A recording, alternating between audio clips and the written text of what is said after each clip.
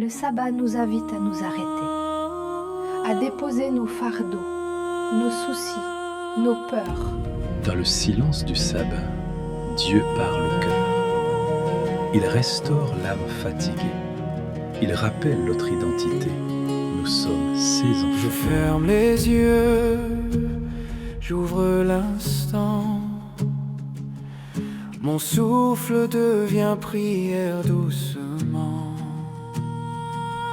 Je m'arrête, je pose mon fardeau.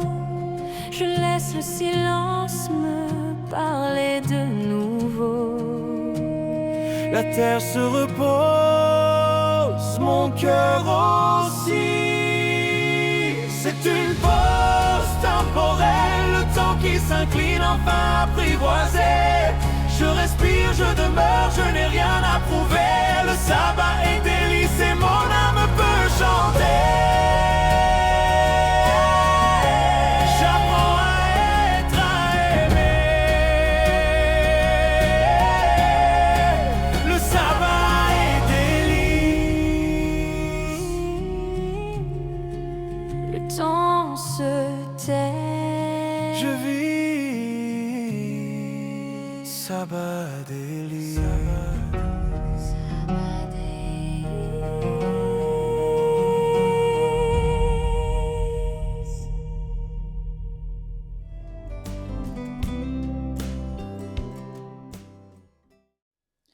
Bienvenue dans Sabbat Délice. Bienvenue dans ce moment où nous vous invitons à vous poser. Stop, c'est le moment de ralentir. Aujourd'hui, nous ouvrons cette émission avec une parole de confiance et de puissance. Psaume 28, verset 7. Oh, certains sourient et se disent « Je connais ce verset ». Il déclare « L'Éternel est ma force et mon bouclier. En lui, mon cœur se confie et je suis secouru. » Ce verset nous rappelle que Dieu n'est pas seulement celui que l'on prie, il est aussi notre force quand la nôtre faiblit, notre protection quand nous nous sentons vulnérables dans ce monde. En ce sabbat, tu n'as pas besoin d'être fort par toi-même. Tu peux t'appuyer tout simplement sur celui qui combat pour toi et te reposer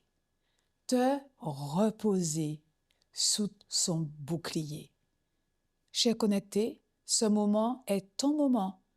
Alors, nous t'invitons simplement à être dans cet espace où nous désirons que vos cœurs soient rassurés, que vos forces soient restaurées en Christ. Bienvenue dans Sabbat Délice, votre émission.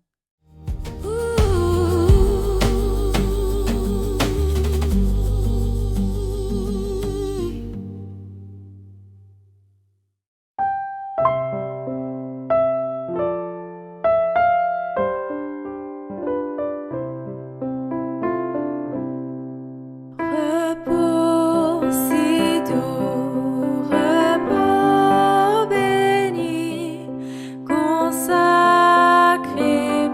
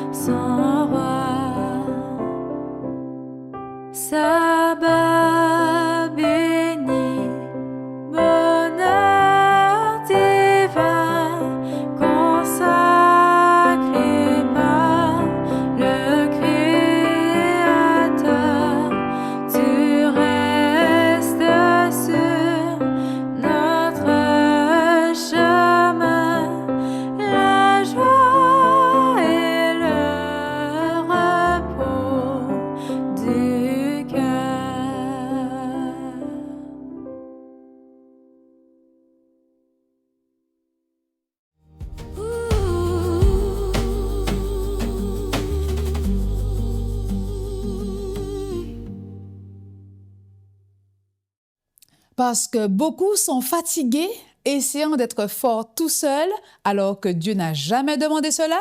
Le psaume 28, verset 7 nous rappelle une vérité essentielle. La force ne vient pas de nous, elle vient de Dieu, et la protection non plus. Ce verset est nécessaire parce qu'il remet l'ordre au bon endroit. Avant de lutter, Dieu est la force. Avant de se défendre, Dieu est le bouclier. Avant même que la solution que tu cherches depuis des années arrive, sache que le secours est déjà en route. David ne dit pas « j'ai confiance et je vais peut-être être secouru ». Il dit simplement « mon cœur se confie et je suis secouru ». La confiance précède la délivrance. Vous savez, chers connectés, nous prenons plaisir à choisir certains versets. Et celui-ci est un rappel. Oui, tu peux déposer tes armes humaines, dépose tes fardeaux et laisse Dieu être ta défense.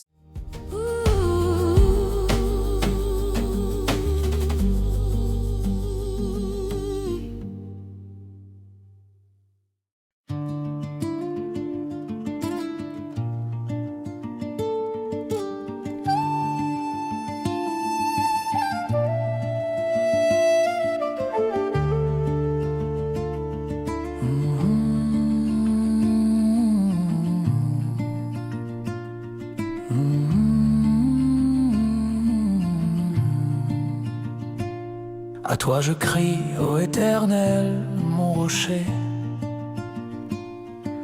Ne reste pas sourd à ma voix. Si tu gardais le silence envers moi, je serais semblable à ceux qui descendent dans la fosse. Écoute la voix de mes supplications. Quand je crie à toi, quand j'élève mes mains vers ton sanctuaire. Éternel, mon rocher, écoute la voix de ma prière. Je crie vers toi, ne me laisse pas descendre dans la fosse. Éternel,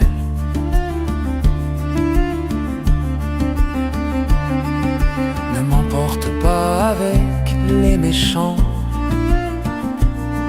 avec ceux qui commettent l'iniquité, qui parlent de paix à leur prochain et qui ont la méchanceté dans le cœur. Rends-leur selon leurs œuvres, selon la malice de leurs actions, car ils ne sont pas attentifs aux œuvres de l'Éternel. Il les renversera et ne les relèvera point. Béni soit l'Éternel, car il exauce la voix de mes supplications. L'Éternel est ma force et mon bouclier. En lui mon cœur se confie et je suis secouru. J'ai de l'allégresse dans le cœur et je le loue par mes chants. L'Éternel est la force de son peuple, il est le rocher des délivrances de son oint. Sauve ton peuple et bénis ton héritage. Sois leur berger, leur soutien pour toujours. Sauve ton peuple, l'Éternel. Sois leur soutien pour toujours.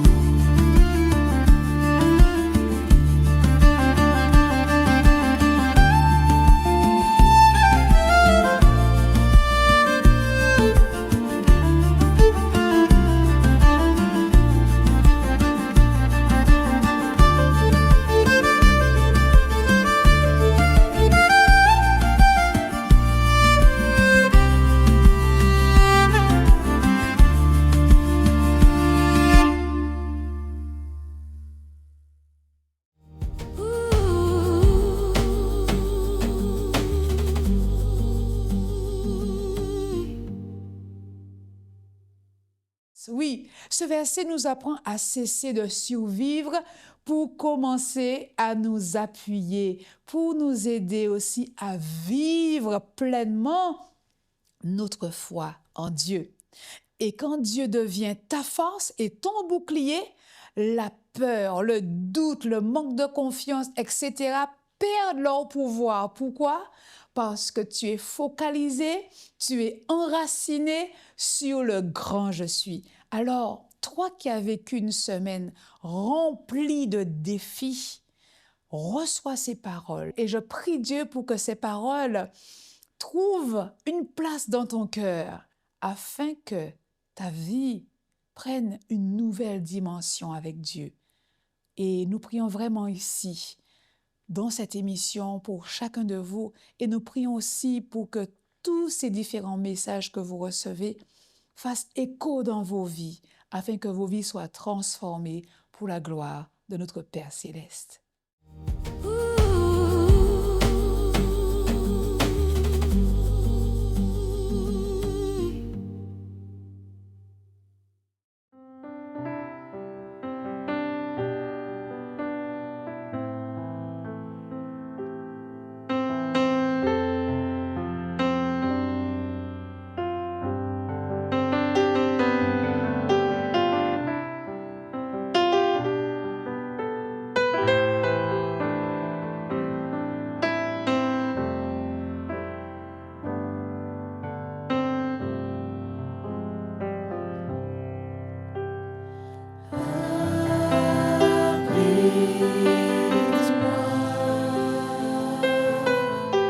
Sous tes ailes, couvre-moi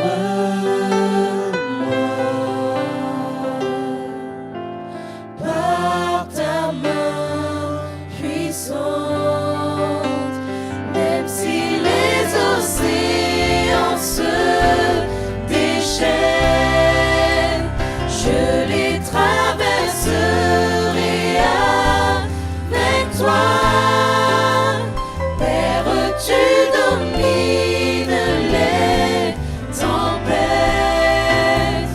Je suis tranquille car tu es là. Je suis tranquille car tu es là. En Jésus seul, je me confie. Il me donne force, calme et puissance. Même si les océans se déchaînent, je les traverserai avec toi. Père, tu domines les tempêtes. Je suis tranquille car tu es là. Je suis tranquille car tu es là. Même si les océans se déchaînent, je les traverserai avec toi. Père, tu domines les tempêtes. Je suis tranquille car tu es là. Je suis tranquille car tu es là.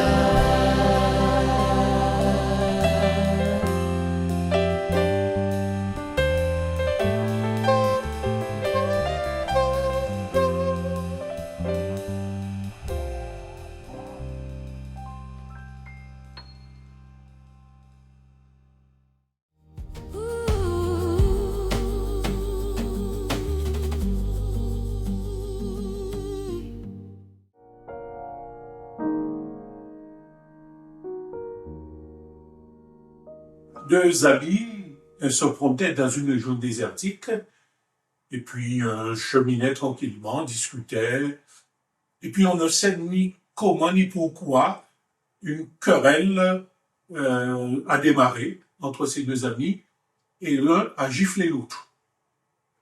Après avoir repris ses esprits, celui qui avait été giflé s'est baissé dans le sable et a écrit « Mon meilleur ami m'a giflé aujourd'hui ». Il s'est relevé et nos deux amis ont continué leur chemin. Au bout de quelques kilomètres, ils ont aperçu une oasis. Et celui qui avait été giflé voulait un petit peu se rafraîchir et s'est précipité dans l'oasis pour pouvoir au moins avoir un peu de fraîcheur. Et puis malheureusement, il a glissé et il est tombé dans l'eau. Son ami, celui qui l'avait giflé, est venu à son secours et l'a retiré de l'eau. En sortant de l'eau, il a écrit « Aujourd'hui, mon meilleur ami m'a sauvé ». Alors celui qui l'avait giflé n'a pas compris. Il lui a dit « Mais pourquoi, lorsque je t'ai giflé, tu as écrit dans le sable « Mon meilleur ami m'a giflé » et maintenant tu t'apprêtes à écrire sur la pierre « Mais qu'est-ce que tu vas écrire ?» Eh bien, mon meilleur ami m'a sauvé. Cette histoire est particulière de voir ce qui peut se passer entre deux amis qui se sont toujours appréciés. Permettez-moi de vous emmener dans un contexte de la vie de Jésus, un épisode du ministère de Jésus que nous trouvons dans l'évangile de Jean au chapitre 8. Jésus est dans le temple, beaucoup de personnes sont là, il enseigne, et puis il y a un vacarme, un brouhaha. Qu'est-ce qui se passe? Quelques hommes viennent avec une femme et poussent cette femme quasiment au pied de Jésus et dit « Maître, nous avons surpris cette femme en flagrant délit d'adultère et selon la loi de Moïse, cette femme doit être lapidée. Toi, qu'en penses-tu » Jésus ne dit mot. Et Jésus se baisse. Jésus se baisse et commence à écrire dans la poussière. Qu'est-ce qu'il a écrit? Nul ne sait. Jusqu'à maintenant, on n'a pas pu déchiffrer ou en tout cas dire ce qu'il avait écrit dans le sable. Et les gens étaient là en train de vociférer. Mais qu'est-ce que Jésus fait?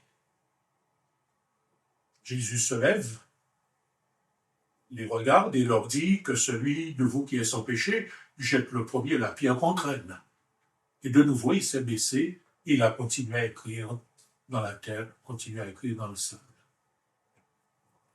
Et puis, un à un, du plus grand jusqu'au plus petit, ces hommes sont partis, laissant cette femme seule en face de Jésus. C'est une histoire que certainement vous connaissez. C'est certainement un épisode du ministère de Jésus que vous avez déjà lu et relu. Ce qui m'impressionne dans le comportement de Jésus, c'est l'écriture dans le sable et la posture qu'il adopte vis-à-vis de cette femme. Parlons de l'écriture. Je vous disais, nul ne sait ce qu'il a écrit, mais certainement ce qu'il a écrit était suffisamment compréhensible de la part de ceux qui étaient venus accuser cette femme. Et probablement, ce qu'écrivait Jésus a touché leur conscience et ils sont partis. Jésus écrit dans le sable, mais il sait que le vent du pardon, le vent de la vie va tout effacer. Il donne ainsi l'occasion à ces hommes qui sont venus accuser cette femme, l'occasion de changer de vie, de changer de vision et d'accepter son pardon. Mais ce pardon-là, ils ne l'ont pas accueilli. La posture de Jésus vis-à-vis de cette femme m'intrigue, m'interpelle. Jésus n'est pas debout, Jésus n'est pas assis, Jésus est baissé. Jésus n'est pas debout entre cette femme et ses accusateurs, comme pour protéger cette femme et de dire aux accusateurs, laissez-la tranquille. Jésus n'est pas assis comme un juge. Quand nous lisons Daniel chapitre 7, il est dit que les juges vont s'asseoir pour juger. Donc Jésus n'est pas assis pour juger cette femme. Il n'est pas debout pour défendre cette femme contre ses accusateurs. Il est baissé. Jésus va à la rencontre de cette femme là où elle est, dans sa détresse, dans sa désespérance. Jésus est proche.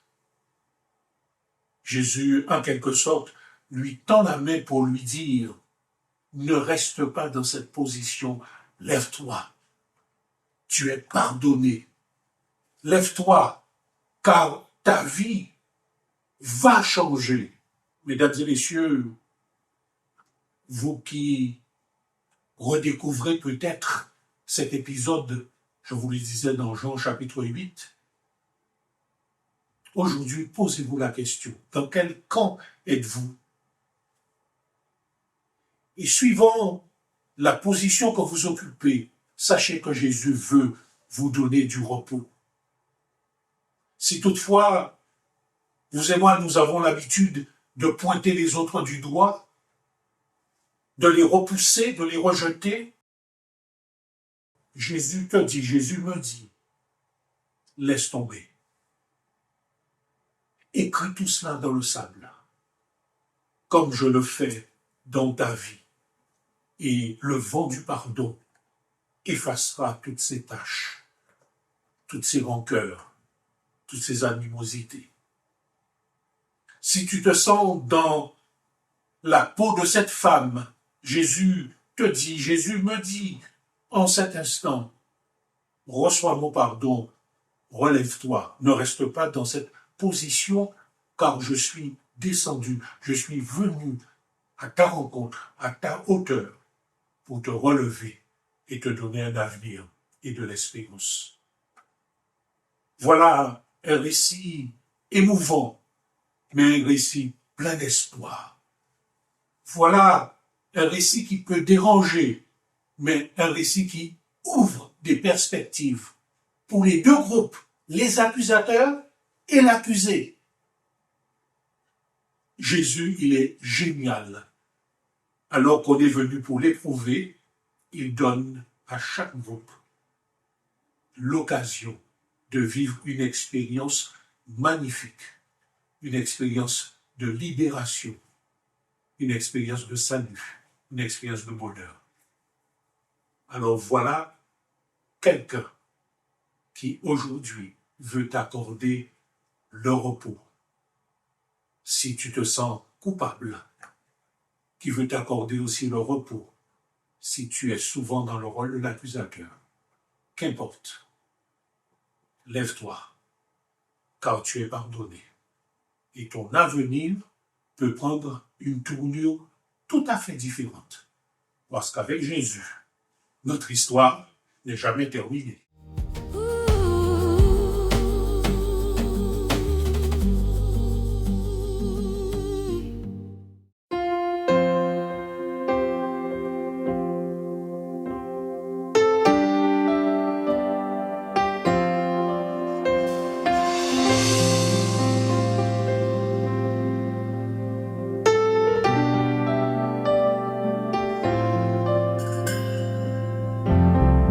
Lorsque tu perds courage et que tu te sens seul, tout autour de toi s'effondre.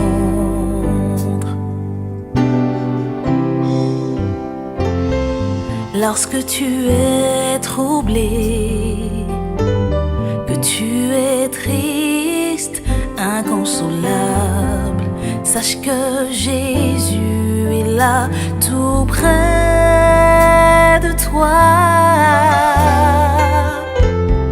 Quand tu as perdu celui ou celle sur qui tu fondais tous tes espoirs, quand tout semble noir et que le chagrin te submerge, lève les yeux vers ton roi. Oui, Jésus est là. Oui, il est là tout près de toi. Il console ton âme meurtrie. Il est là. Oui, il est là. Ton Seigneur se souviendra de toi. Il calmera ta peine et tes cris. Aie confiance en lui.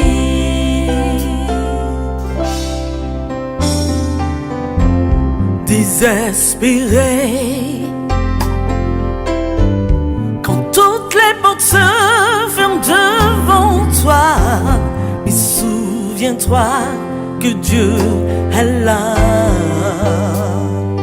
Il est là. Tu te sens seul,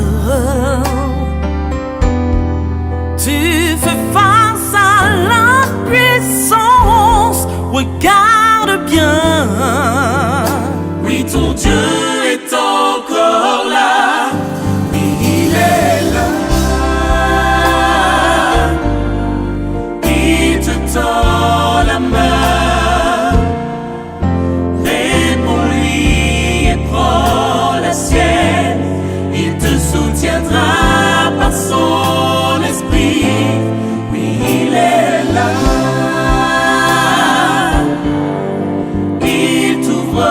Ses bras d'amour, tu peux compter sur ses bienfaits, sur ses promesses, sur sa puissance. Oui, il est là. Jésus est là. Jésus est là. Il est là. Oui, il est là, tout près de toi. Tout près de toi. Il conçoit ton âme meurtrie. Il est là. Oui, il est là. Jésus est là. Ton Seigneur se souviendra de toi. Sois-en Calmera certain. ta peine et tes cris. Aie confiance en lui. Il calmera ta peine et tes cris. Aie confiance en lui.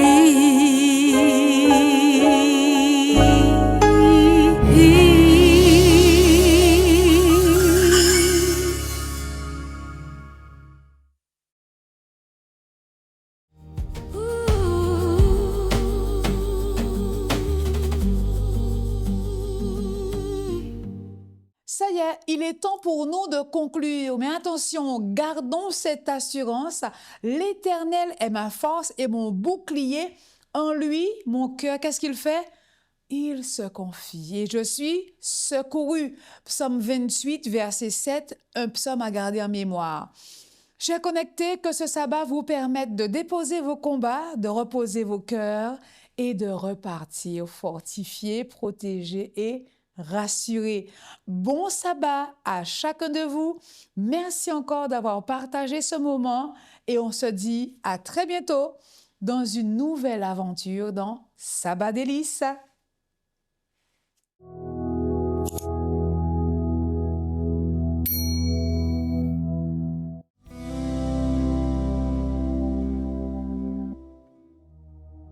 Le sabbat nous invite à nous arrêter, à déposer nos fardeaux, nos soucis, nos peurs. Dans le silence du sabbat, Dieu parle au cœur. Il restaure l'âme fatiguée. Il rappelle notre identité. Nous sommes ses enfants. Je ferme les yeux, j'ouvre l'instant. Mon souffle devient prière doucement. Je m'arrête, je pose mon fardeau. Je laisse le silence me parler de nouveau. La terre se repose mon cœur aussi. C'est une pause temporelle, le temps qui s'incline enfin apprivoisé. Je respire, je demeure, je n'ai rien à prouver. Le